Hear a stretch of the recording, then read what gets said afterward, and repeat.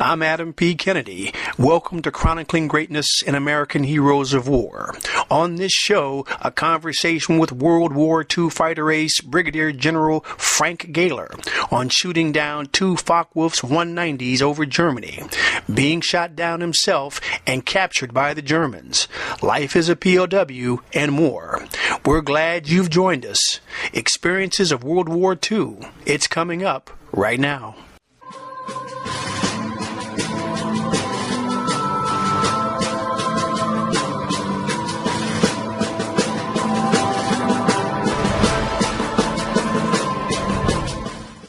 Frank Louis Gailer was born in Bakersfield, California on November 13, 1923, and grew up in Great Neck, Long Island.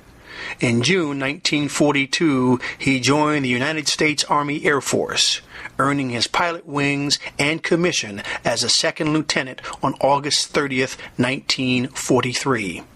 In July of 1944, he joined the 357th Fighter Group in England as a P-51 pilot.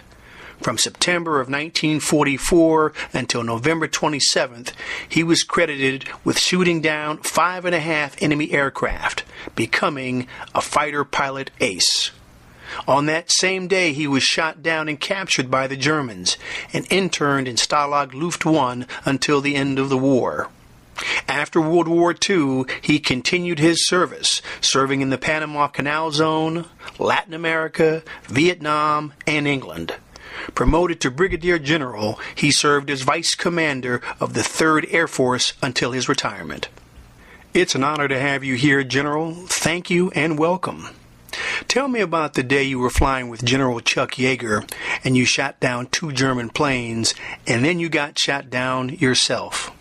I was flying with Chuck as his element leader, and there must have been 50 or 60 airplanes in the air, good mixture of Germans, and he said, you go on, I'll take my wingman, and you go get what you can. So I flew down got right into the middle of it, and I lost my wingman. He couldn't stay with me. And then I went right through this, and I started to climb back up, and about that time I saw 2 Focke-Wulf 190s in front of me, going away from me, and I had picked up a wingman from a different outfit. Anyway, these two, I just came up from behind them, and I fired at the wingman of the two, and I hit the leader of the two, and it blew his right wing off, and it blew the right wing, so therefore he fell off to his right into the other guy, so I actually got 2 airplanes, and I don't think I fired more than 50 rounds.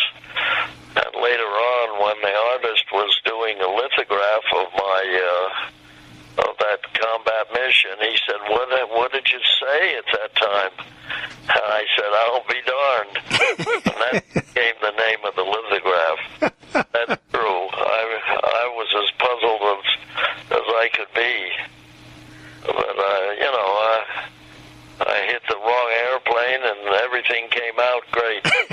Then I thought I'd climb up, maybe find some more, and I saw 2 airplanes coming straight at me, and we were told we didn't brake on a straight end. You made the other guy do it, brake.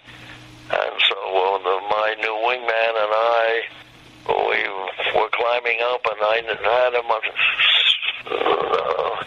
zeroed into my gun sight, but I noticed that was not under his wing, which is what it is on the ME-109.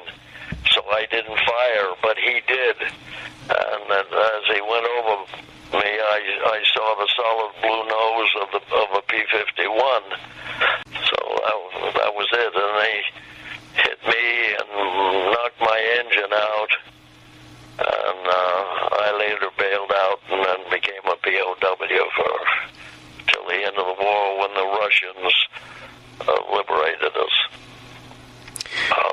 So you're the first pilot I've spoken to who's talked about being shot down by friendly fire.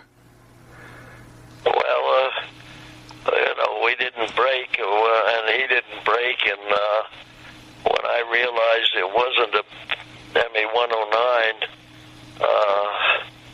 maybe he wasn't as up on the aircraft identification as I was. Anyway, I didn't fire, and he did, and he got me. My wingman stayed with me until I bailed out. And just out of curiosity, do you know who shot you down? No, I don't. I tried to find out from friends in the 352nd Fighter Group, and when they had their reunion, they did some research. They didn't have any record of it, so I guess nobody said anything. And the joke was maybe the guy that was looking at it for me was the one that shot me down. Anyway, I'll never know. I don't know. All right, so you got hit, and when you got hit, did you know right away that you were in a lot of trouble? Oh, yeah, because they shattered my canopy and hit my... I had oil all over the place, and I just stayed with it, and I didn't want to go down through the clouds. So when I got down to about 3,000 feet, I bailed out. And do you remember, where were you when you bailed out? They told me later it was the geographical center of Germany, coming back from Magdeburg. Okay. So what happened when you bailed out? Well, it was early afternoon, and I floated down and ended up in the backyard of some farmer, and I was sitting on the ground with my parachute around me, and this guy came out with a rifle that looked a very old type rifle. It must have been about 6 feet big, 6 feet tall, and he looked at me and he said, "For you, the war is over." And anyway, they turned me over to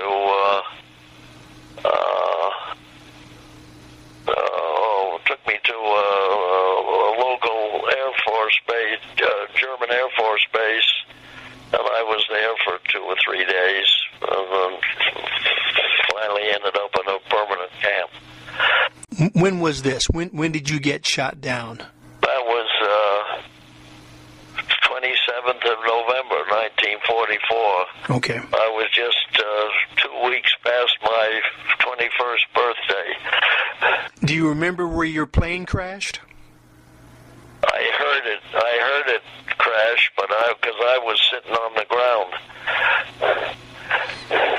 So the 2 or 3 days that you went to the local precinct, did they question you? No, not really. The guards were like World War I soldiers with wrappings on their legs, and they were actually friendly. And I was in a jail cell, and they fed me, and I slept, and then they got me up to go to a permanent prison camp. Well, actually, I went down. I was in solitary for a couple of weeks, and they interrogated me, but they finally said, "There isn't anything you could tell us anyway." He said, "We know more about you and your outfit than you could tell us." And that was true. They got a big book out and showed me. They even showed me where my brand new airplane that I had was parked the day that I took off. That's how much they knew. Wow. It was impressive. They had great intelligence. So where did you end up being the permanent POW camp? Where was that, sir? Stalag-Luft 1 in Bars, Germany, which is about 40 miles from Sweden. Okay. There was just the ocean between us and there, but it was a big camp of, I'd say, 7,000 or 8,000 pilots, American and British. So you were in that camp from approximately December until when? Till April, when the Russians liberated us, and we spent a few weeks with the Russians. Can you tell me what it was like being a POW? Compared to what the people that were prisoners of the Orientals, it was much better. The biggest problem was food, but we knew the war was ending, and so we just didn't know when. It was just a question of wait it out, and at the age of 21, you can put up with most anything. So, at Stalag Luft 1, was there a command structure? Was there officers who were in charge of what was going on, American or British? Absolutely. Hub Zemke, one of the big aces, was the camp commander, and the other one was in solitary, later to become, he was our group commander, Henry Spicer, and he later became a two-star, and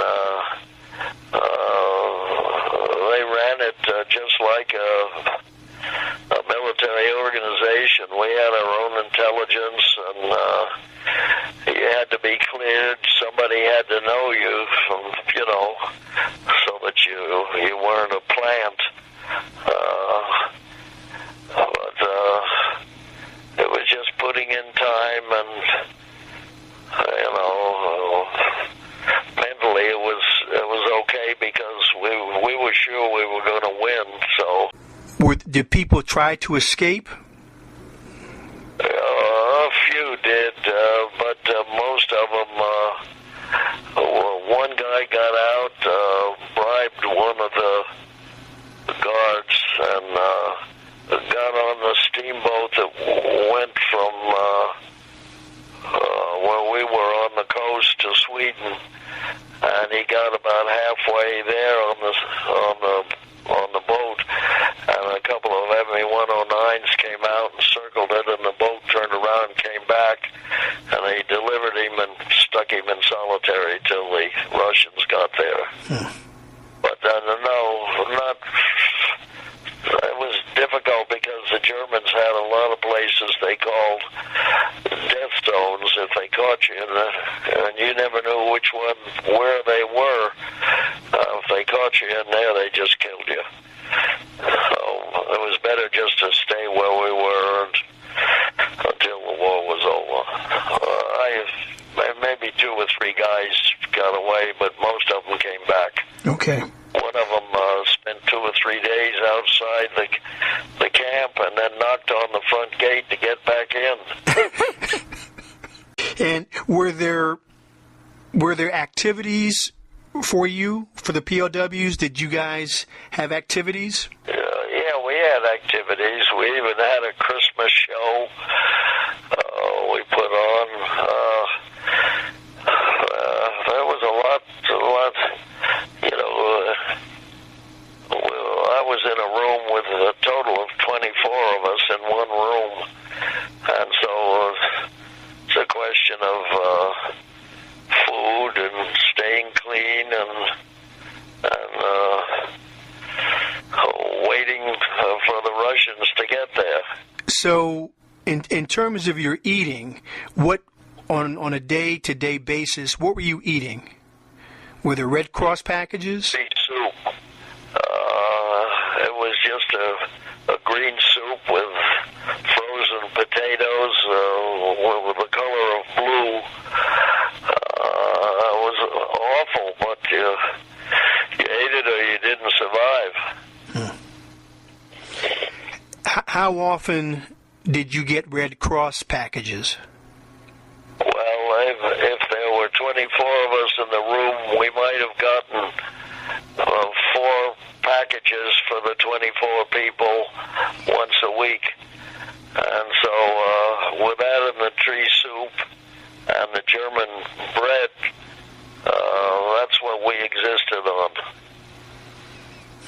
And we had a group that in the room that actually cooked the food and divided it up, and so it was well organized in that sense. And we had some decks of cards and a few things like that. When does your mother find out, or your family find out where you are? Do you know? Just before Christmas, my mother found out, and she was the one that told my wife, who was pregnant in the hospital. My daughter was born just 2 weeks after I was shot down on the 11th of December. She was born. When did you get married? When I was at Hofstra, I was in a chemistry class with Marjorie, and I told her what was she going to do. I asked her what she was going to do, and she said, well, she wasn't sure. But she was going with some guy. She'd probably marry him. And I said, no, you won't marry him, and you'll marry me. And I said, I'll bet you $5. And when we were married, I collected the $5. That's great. I carried that $5 for more than 20 years in my wallet. That's wonderful. That's wonderful. So you met her there at Hofstra, and then then you got married right before you left. I was married in November 4th of 1943, while I was still in B-25s in Columbia, South Carolina, and she had joined the Marine Corps and was at Camp Lejeune. And I got up there once to visit with her, but at that time I was a lieutenant and she was just a corporal. And so in order to have lunch with her, we had to have the chaplain with us, because officers and enlisted didn't mix at all in that sense. And what was she doing in the Marine Corps? Oh, she was driving a Jeep in communications. Wow, no, I think that's another first. I don't think I've talked to anyone who they and their wife were both in the military at the same time. Yeah, and then when I went to Thomasville, Georgia, I had gone out, I had hitchhiked by air to California, because she was out in California in the Marine base, and I went out there, and she got pregnant, so when I was at Thomasville, Georgia, she got out of the Marine Corps, and she was with me at Thomasville until I went to England. Okay. So, do you remember... 60 years, and then she passed away. 60 years. So, do you remember getting letters from home while you were in... No. No? Didn't get anything. I think they got one from me, that was all, and it had been censored, so they couldn't quite figure it all out, but at least they knew I was alive. I'd been wounded in the shoulder, so I let them know that I was okay. At the camp, what was the medical attention like? Was it good? I'd say a week or so later, they dressed it and gave me... They said it was okay, and then the doctor spoke English, the German doctor, and I never forgot what he said. He said, if there's another war, it'll be with the Russians. I never forgot that, because it looked for a good many years after that, like that's what would happen. And how did the German soldiers or guards, how did they treat most of you? You run the gamut of, they were halfway decent and others were quite mean. The big thing was you just didn't spend any time with them. Okay. But the Americans are really something. They put together pieces and made a little radio, and we had a daily newspaper. They would put the radio together, and then they'd write it down, and then they had a little thing, and there were 4 compounds in the prison camp, and about 10 barracks in each compound. And at dusk, they would wrap the news in with a rock and throw it over the fence, and then you'd go to 1 or 2 or 3 rooms, and they would read the news of how things were going. And the Germans would come into the room, and where we would have these navigator maps from a B-17 Navigator. They had these maps, and then they'd have little tiny nails to show how the Russians were doing, and the Germans would come in and look at it. They never did find our radio or figure out how we even got the newspaper published and distributed. We were well organized. Yeah. Tell me the days that led up to the Russians coming to the camp. What happened? They wanted to tear down the fencing, the metal fencing around it, and we convinced them no, because the Germans had taken off, and so they let us stay in our compound, and they left us pretty well alone. But they did have food, and they were going to take us to Odessa, but 8th Air Force had said, no, they flew in, we'll fly them out. So the Russians were asked to clean up the airport, get rid of any bombs and things like that. And we waited about 10 days, 2 weeks for them to do that. And then they flew B-17s in and loaded probably 15 or 20 of us in each B-17 and flew the whole group out over a few days. And they were nice. They flew us right over Berlin so we could see the total destruction at the end of the war. It was unbelievable. Before the Russians came, you say the Germans left. So did you wake up one morning and all of a sudden all the German guards were gone? Yes, that's exactly what happened. They were gone, and the news went around that the Germans had surrendered, and then shortly after that, Roosevelt died, and we got that news. Interesting times. But we got to go downtown where the Russians had taken over, and the local people were scared to death of the Russians. But they were very good to us. So, being on the B-7